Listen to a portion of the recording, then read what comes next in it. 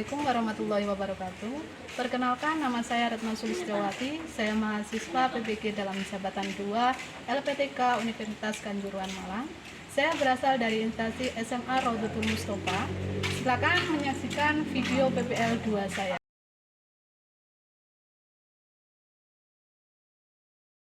Terima kasih.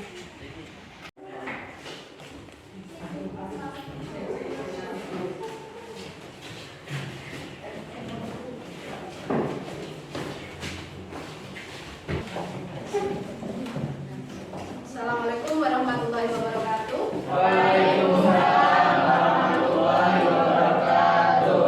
Bagaimana kabarnya hari ini? Alhamdulillah, luar biasa. Allahu Akbar. Semangat ya?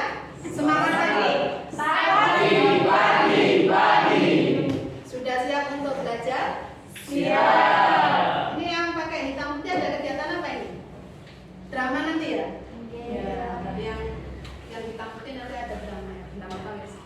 Disiapkan dulu alat tulisnya, bajunya dirapikan dulu sebelum dimulai berdoa.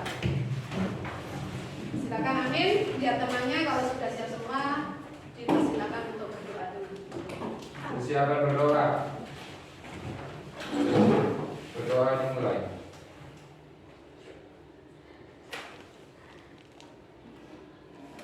Berdoa selesai. Saya absensi dulu.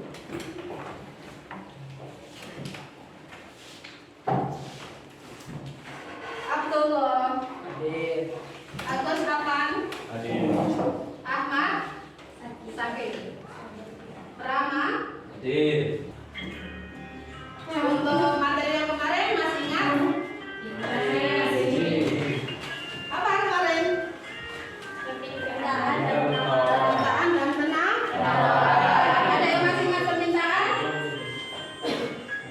Permintaan siapa kemarin? Kalau yang masih ingat? Permintaan adalah jumlah apa ya? Masih ingat? Permintaan adalah jumlah barang yang diminta atau dibeli oleh konsumen memberikan harga tertentu. Jumlah barang yang diminta oleh konsumen pada waktu atau tingkat harga tertentu. Macam-macam permintaan ada apa saja? Permintaan individu adalah jumlah permintaan masing-masing individu terhadap barang atau jasa. Ya, ada permintaan individu. Jadi tiap orang itu punya permintaan masing-masing yang berbeda. Kemudian, Permintaan pasar iya, adalah permintaan pasar. Apa permintaan pasar? gabungan jumlah permintaan individu terhadap barang atau jasa pada tingkat harga tertentu. Permintaan pasar itu gabungan dari permintaan individu itu permintaan pasar. Yang kedua permintaan apa? Menurut apa? Masih ingat? Berdasarkan daya belinya. Apa saja? Permintaan efektif Permintaan efektif. Apa permintaan efektif? adalah permintaan yang disertai daya beli, kemampuan membeli, dan tindakan pembelian. Permintaan efektif itu permintaan yang disertai dengan daya beli. Kemudian sudah membeli. Jadi kamu punya uang, kepingin HP, terus beli HP sesuai dengan harga dan uang kamu tadi, itu namanya permintaan efektif. Yang kedua permintaan potensial. Apa potensial? Adalah permintaan disertai daya beli, kemampuan membeli, tetapi belum melakukan pembelian. Misalnya Lili, kalau potensial itu Lili punya uang, kemudian kepingin bakso, tapi belum beli bakso, itu namanya permintaan potensial. Punya uang, ingin membeli tapi belum terlaksana. Ya. Yang ketiga apa? Permintaan absolut Permintaan absolut. Apa? adalah permintaan tanpa disertai daya beli dan kemampuan membeli. Permintaan yang tanpa disertai dengan daya beli. Uangnya kurang, kepingin uangnya kurang, otomatis tidak terpenuhi. Kemudian hukum permintaan. Masih ingat? Lili silakan. Hukum permintaan semakin tinggi harga semakin sedikit barang yang diminta. Ya. Semakin tinggi harga, semakin sedikit barang yang diminta atau berbanding terbalik kalau hukum permintaan. Kalau harganya mahal, barang yang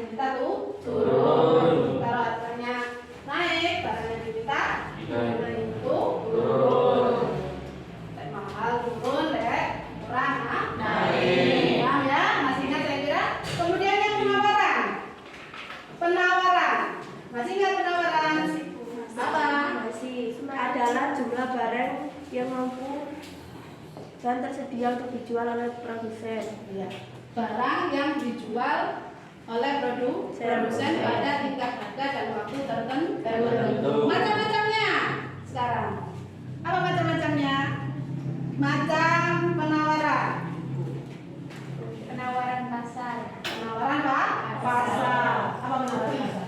adalah jumlah total dari penawaran barang dan jasa yang telah dilakukan oleh seluruh penjual atau produsen pada tingkat harga tertentu. Iya. Penawaran pasar itu penawaran yang diinginkan oleh pasar pada tingkat harga dan waktu tertentu. Kemudian Penawaran perorangan. penawaran perorangan. Penawaran yang dilakukan oleh satu produsen saja. Ya. Satu orang produsen saja perorangan. Kalau yang pasar tadi beberapa produsen. Masih ingat kan ya? Kemudian hukumnya, hukum penawaran. Semakin tinggi harga, semakin banyak barang yang ditawarkan. Ya, semakin tinggi harga, semakin banyak barang yang ditawarkan. Semakin murah harga, semakin sedikit barang yang ditawarkan. Atau hukum penawaran itu berbanding lurus. Paham ya? Untuk sekarang tujuan pembelajaran kita adalah menganalisis dan menyajikan faktor permintaan dan penawaran, faktor yang mempengaruhi permintaan dan penawaran. Sesuai dengan kemarin kelompok yang sudah dibagi kemarin, kita lanjutkan. Nah, kita presentasikan nanti. Lanjutkan dulu. Sudah selesai apa belum? Sudah belum? Untuk faktor permintaan terdiri dari apa saja? Kalau setelah kalian melakukan penawaran, setelah kalian melakukan permintaan, pasti ada faktor-faktor yang mempengaruhi. Kalau kamu ingin membeli sesuatu, pasti ada faktor yang melatar belakangi. Kamu ingin beli buku, faktor apa? Apa faktor yang mempengaruhi permintaan? Keinginan atau selera di kita. Jumlah pendapatan, kalau kalian siswa belum bekerja ya, dikasih uang saku sama orang tuanya. Misalnya dikasih uang 10.000, ingin membeli buku, harganya 10.000. Dari pendapatan, kalau kamu uang saku, tadi selera. Apalagi harga barang itu sendiri. Saya punya uang, saya ingin buku, saya punya uang, kemudian harganya cocok, saya beli. Faktor-faktor yang mempengaruhi permintaan diantaranya harga barang itu sendiri, kemudian pendapatan, kemudian selera, dan jumlah penduduk. Kalau dalam keluarga, jumlah anggota keluarga. Tuh ya. Kalau faktor yang mempengaruhi penawaran, Jumlah penjualan. jumlah penjualan. Barang apa nanti yang dijual, jumlahnya berapa. Seperti di hukum permintaan, kalau harganya mahal, pasti seorang produsen itu akan menjual atau memproduksi barang itu yang banyak supaya mendapatkan apa yang banyak. Harga barang produksinya. Kemudian apa lagi? Kemajuan teknologi. Biaya produksi juga mempengaruhi penawaran. Apalagi? Kemajuan teknologi, gitu ya. Sekarang kalian sudah bersama kelompoknya kan ya? Kalian lanjutkan diskusinya kemarin. Kalau sudah selesai nanti dipresentasikan. Lanjutkan dulu, ya.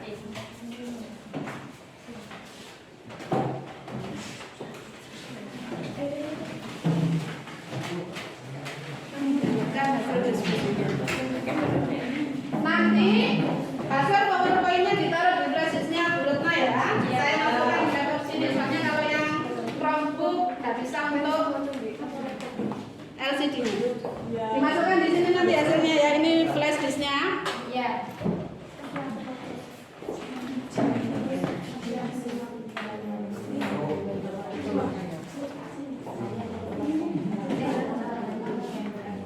Ini flashdisk-nya ya, dikumpulkan di sini nanti hasil PowerPoint kalian. Ya. Keaktifan dalam diskusi, keaktifan dalam presentasi, kemudian hasil diskusinya. Kemudian keaktifan kalian nanti di depan. Kemudian hasil PowerPoint kalian, kreativitas kalian. Ya. Kemarin ada yang menggunakan Canva-nya? Iya, referennya.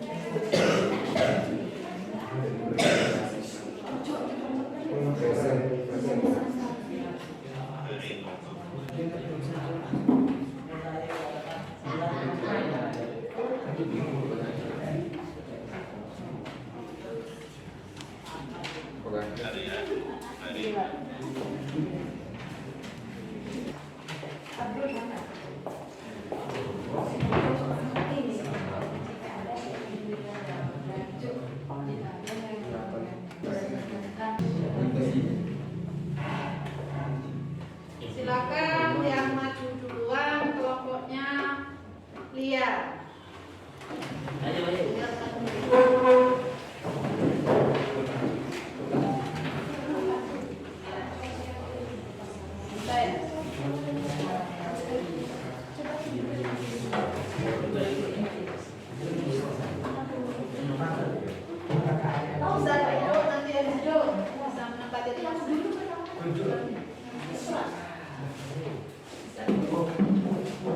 Kelompok yang lain yang aktif dalam kegiatan diskusi ya, kalau nggak paham bisa ditanyakan. Ya, nggak usah takut untuk bertanya.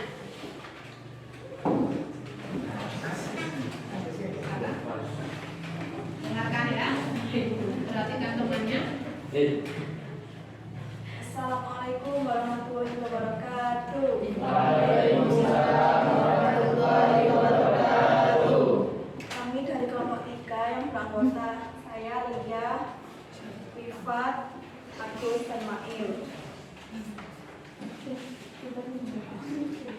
Saya akan mempresentasikan hasil analisis artikel tentang kenaikan harga gula pasir di Kota Padang Panjang. Untuk teman-teman silahkan lihat di grup WA. Ya. Yang lainnya untuk artikel ini bisa dilihat di grup WA ya, linknya ya. Ya.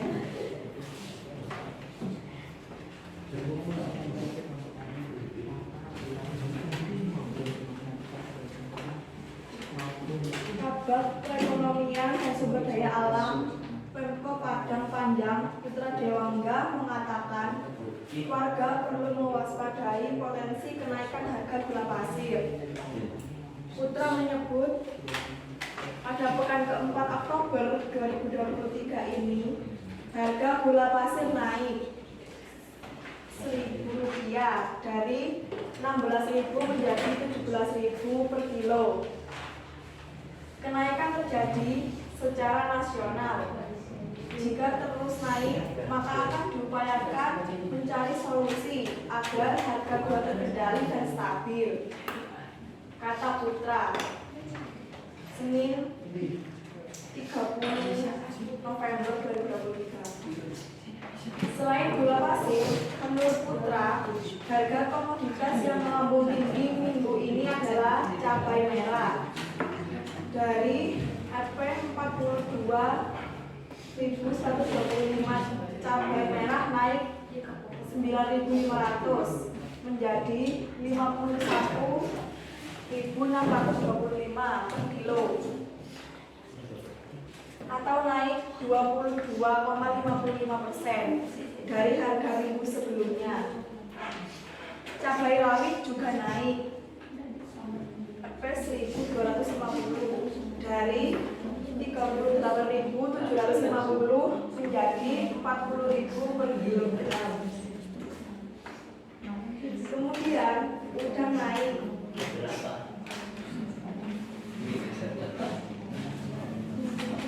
5.000 dari 95.000 menjadi 100.000 per kilo. Ikan kembung naik 2.500 dari 62.500 menjadi 65.000 per kilo. Buncis naik dari 2.000. Buncis naik 2.000 dari 10.000 menjadi 12.000 per kilo. Bawang merah naik 750 dari 21.125 menjadi 21.875 per kilo. Ketela pohon naik 500 dari 5.500 menjadi 6.000 per kilo.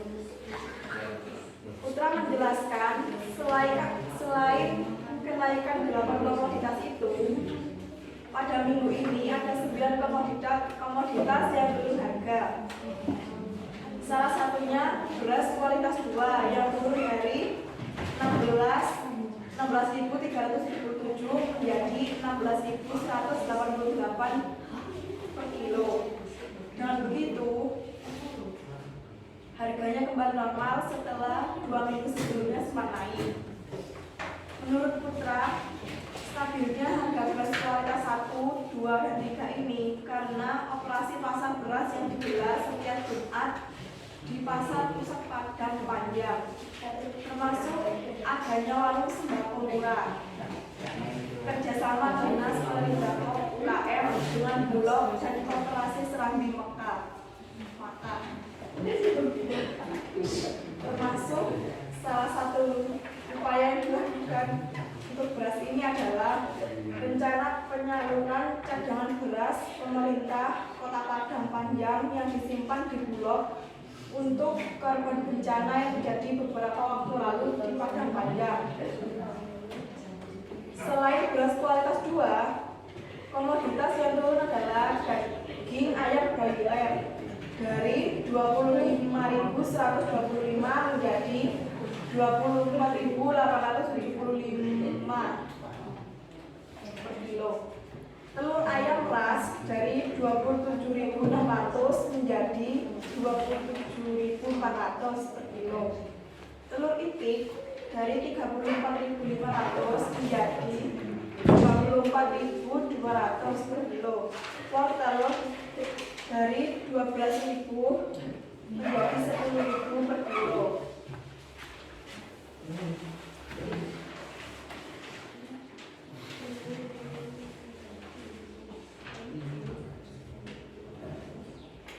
Cabai hijau dari 35.250 menjadi 35.000 per kilo.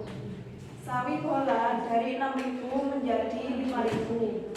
Untuk komoditas yang harganya stabil, selain beras kualitas 1 dan 2 dan 3 yang bertahan seharga 17.188 per kilo dan 15.375.000 per kilo. Juga ada daging sapi dengan harga 142.500 per kilo. Jagung pipiran stabil pada harga 8.000 per kilo dan minyak goreng curah stabil pada harga 15.000 per kilo. Hasilnya akan dipresentasikan oleh saya dan Rifat. Silakan. Harga beras kualitas 1, 2, dan 3 ini stabil karena operasi pasar beras yang digelar setiap Jumat di Pasar Pusat Padang Panjang, termasuk adanya warung sembako murah, kerjasama dinas Perindakoop UKM dengan Bulog dan Koperasi Serambi Mekah.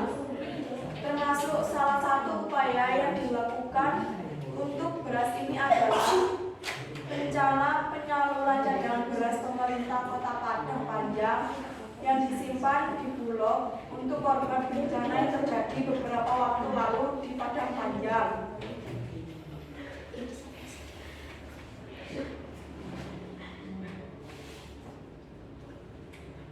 Faktor penyebab harga gula mulai mahal. 1. Penyesuaian harga pokok produksi di tingkat produsen. 2.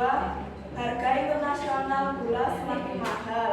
3. Adanya penurunan ekspor dari negara yang mengekspor gula ke Indonesia.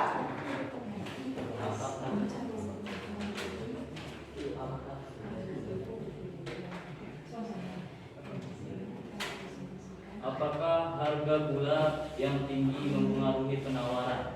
Ya, jika harga naik, penawaran juga akan naik. Solusi yang dilakukan pemerintah adalah sama halnya dengan pada waktu kenaikan harga beras, yaitu operasi pasar yang digelar setiap Jumat di Pasar Pusat Padang Panjang, termasuk adanya warung sembako murah, kerjasama Dinas Perhubungan, UMKM dengan Bulog dan Koperasi Serambi Mekah.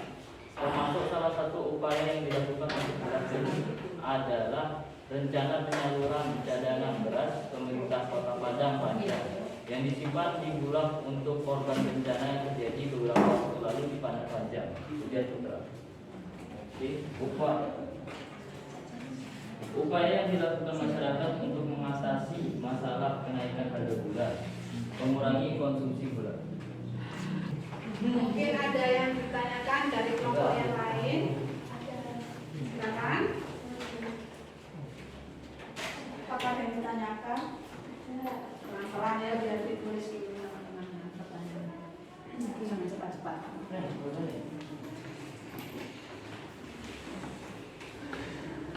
Silakan Nikmah, kelompoknya Nikmah. Ketika harga gula naik, apakah semua barang-barang naik juga? Ya, pertanyaan Nikmah. Setelah kalian menganalisis artikel tentang harga gula pasir tadi, ya, gula pasirnya akan naik. Apakah barang-barang yang lain itu juga ikut naik? Semuanya? Maksudnya seperti itu. Silakan.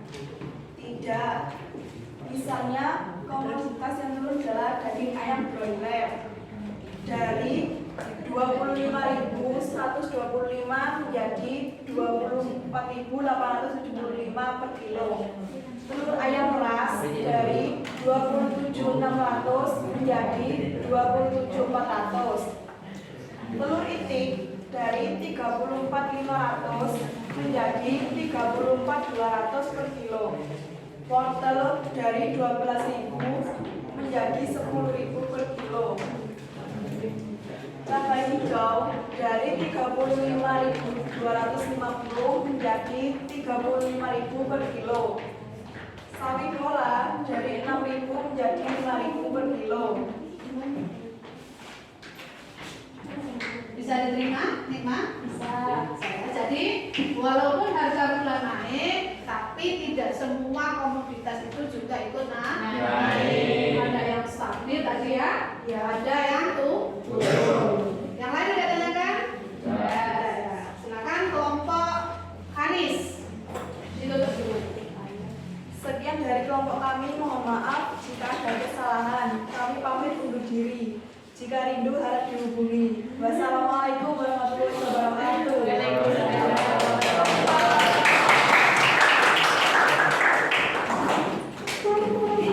Assalamualaikum. Bisa diterima, Lili? Ya, jadi dari artikel tadi harga beras naik dikarenakan apa? Karena kurangnya air atau pengairan karena musim kemarau. Walaupun ada yang panen, pastinya kualitasnya tidak sebaik pada waktu tidak musim kemarau. Untuk pertanyaan Lili tadi, apakah jika beras naik, komoditas yang lain juga ikut naik? Kalau menurut artikel ini, semua juga ikut naik seperti biasa. Apalagi kalau bulan Ramadan menjelang hari raya ya. Kalau sembako naik, pasti komoditas yang lain juga akan naik. Seperti apa tadi? Minyak, telur, ya, gula dan sebagainya. Paham ini? Yang lain ada tanyakan? Sudah.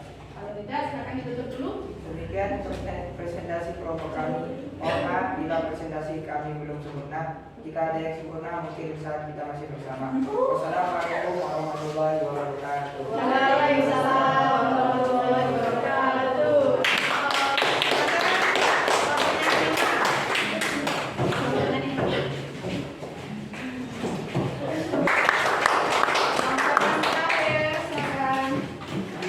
Faktor yang mempengaruhi permintaan dan penawaran. Kalau permintaan apa saja? Selera masyarakat. Kemudian jumlah pendapatan. Apa lagi? Jumlah penduduk. Kalau penawaran dari teknologi. Pengaruh ya. Kemudian apa lagi? Jumlah penjualan atau bahan produksi. Ada lagi?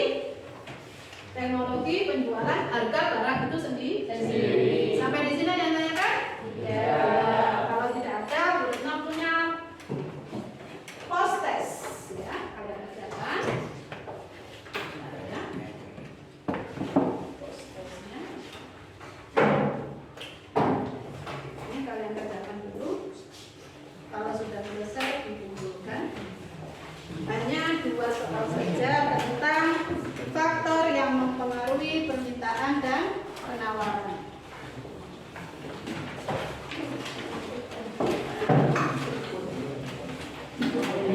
Jangan lupa kasih nama kelas.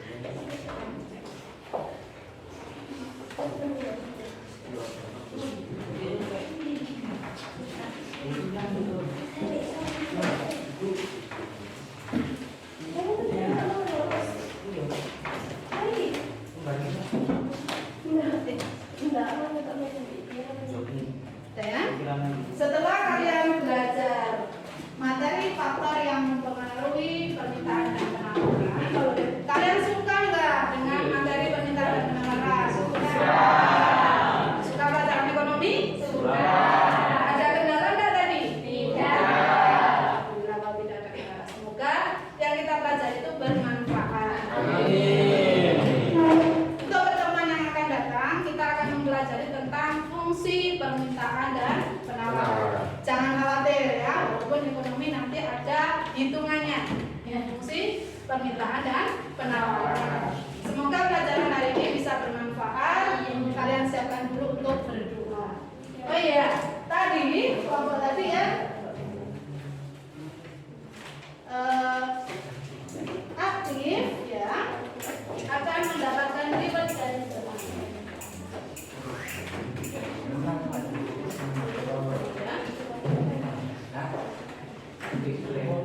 Silakan kelompoknya siapa tadi yang aktif ya? Kelompoknya Ria. Iya, langsung nanti dibagi ke teman-temannya. Jangan. Silakan. Salah satu saja nggak apa-apa ya, perwakilan. Nanti dibagi sama temannya. Yang aktif lagi kalau ada diskusi lagi. Silakan. Persiapan berdoa. Berdoa dimulai.